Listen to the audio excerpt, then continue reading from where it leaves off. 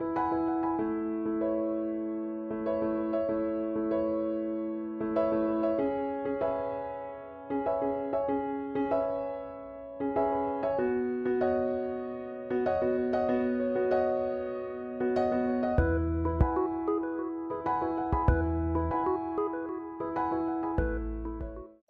love serving in the church. I've been serving for the last 17 years. I like to draw, and I like working with my hands, remodeling, building landscaping and stuff like that.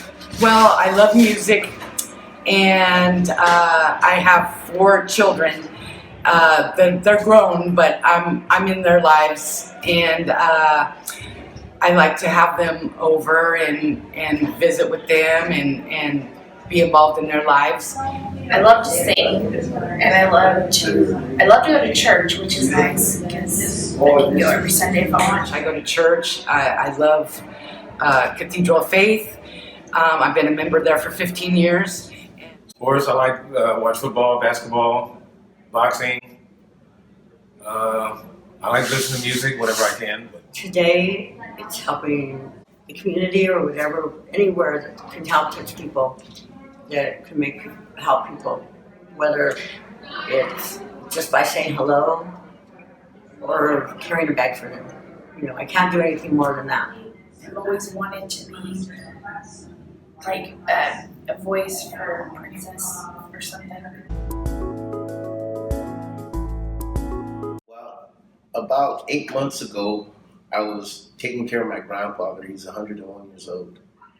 And I stayed in the same, it was lived-in position. I'm in construction, but during the winter time, it slows down. And since it slowed down for me. Family members asked me if I would help him.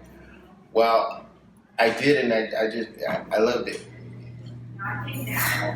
I was just at a point where just something, my daughter and I were having issues, and she moved away for a little bit, and my marriage was failing, and so I just had been praying about it a lot, and I just felt led that I needed to give up my apartment and my job and sell just about everything I owned to come out here to try to save my marriage.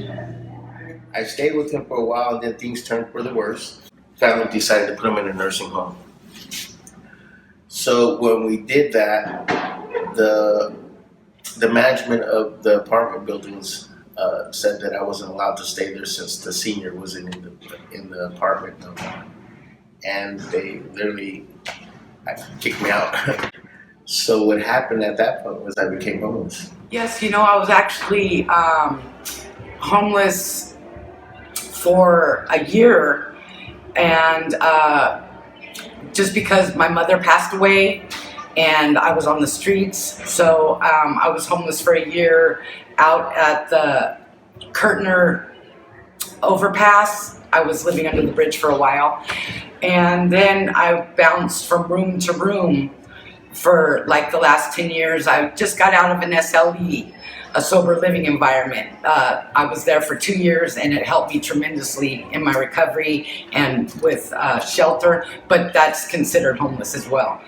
But through Streets team and my caseworkers and everything, I just got a studio apartment.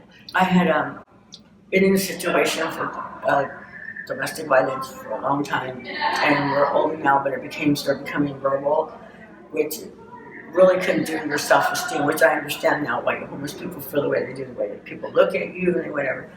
And he put me out, and I had nowhere to go. I have 2 daughters that have a home, but they live in subsidizing, and I didn't want them to have to be out in the home, so I was only able to stay there a few days. Through this program, they helped me get into a place called Casa de Clara, which I have a roommate, and we stay there, and they have case managers. And since then, I've gotten a job. I do my volunteering. I come from where I had my home, my children, I had everything. And then when I found, I had nothing. About 6 years off and on. I had my own place. I worked at San Jose Airport, and I did work with the union, but I had a downfall because I got into drugs, which It was bad. But I came to Downtown Streets team, and I'm also with this thing called Recovery Cafe, and they give me another chance. So that's why I'm sticking with them. So I'm off the streets and in a studio and on streets team and just living a really good life, clean and sober.